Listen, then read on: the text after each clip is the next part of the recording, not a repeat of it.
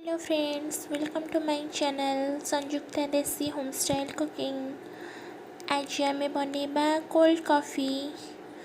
प्रथम grinder jar नहीं नेबे, से आपण 4 ରୁ 6 स्पून चीनी नेबे। मिठा आपको जो भाया पसंद से 4 स्पून नेबे, ना 6 स्पून।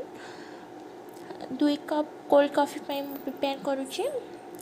तापरे तार थिकनेस पार्लेजी बिस्कुट नहीं जावा। पार्लेजी बिस्कुट ता बदले आपन जदि ब्रिटानिया बिस्कुट कि गुड डे बिस्कुट घरे जहाँ भी अवेलेबल थिबो सेटा नहीं जिबे। 4 ରୁ 6 पीस नेबे। थिकनेस बढ़ाई यहाँ भल कम दिए।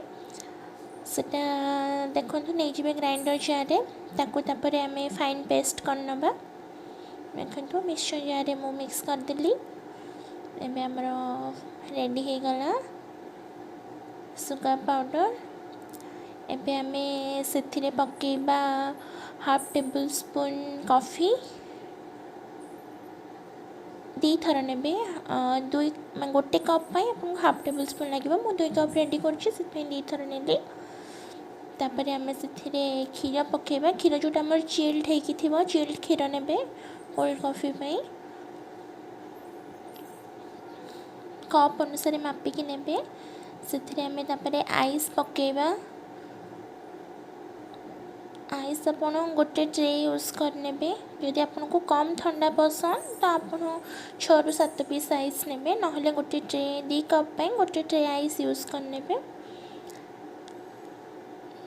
एबे आमे एको भल भाव ग्राइंडिंग करनबा। एबे आमे रेडी करबा। आमे जो कप रे सर्व करबा से कप रेडी करबा।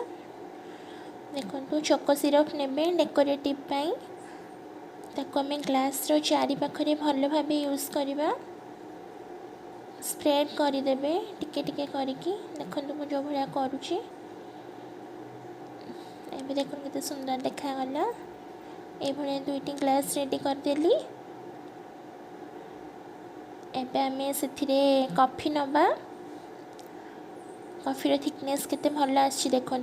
आपण कॉफी को ग्राइंडिंग करी किछ समय रखिला परे ऊपर तार गोटे लेयर क्रिएट हो जाए फॉर्म भाया। ना आप अलग फॉर्म भी क्रिएट करि परिबे।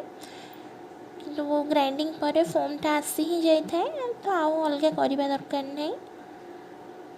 जदि अलग फॉर्म चाहूँगी ताने आपण चीनी कॉफ़ी आ 2 ରୁ 4 पीस आइस नहीं कि ताको ग्राइंडिंग करदेले आमर फॉर्म क्रिएट हो जाए। तो फास्ट फॉर्म नहीं जाए तापर कॉफ़ी नेबे। बट एमती आप ग्राइंडिंग कले भी फॉर्मटा उपरे रहिबो। ताको देखो कप रे सर्व करेंगे। 2 कप रे सर्व हो गला। एबे मुझे चोको सिरप टिके ऊपर पकईली डेकोरेट पाई। तादरे आमे किछि परिमाण रे चोको चिप्स नबा।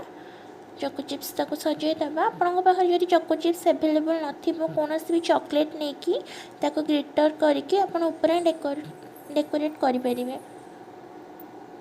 देखो रेडी हो गला आम कोल्ड कॉफ़ी। आपको गेस्ट को सर्व करने बहुत भल लगे। बहुत अल्प समय रे 2 मिनिट रे आपनकर रेडी हो। थरे ट्राए करंतु।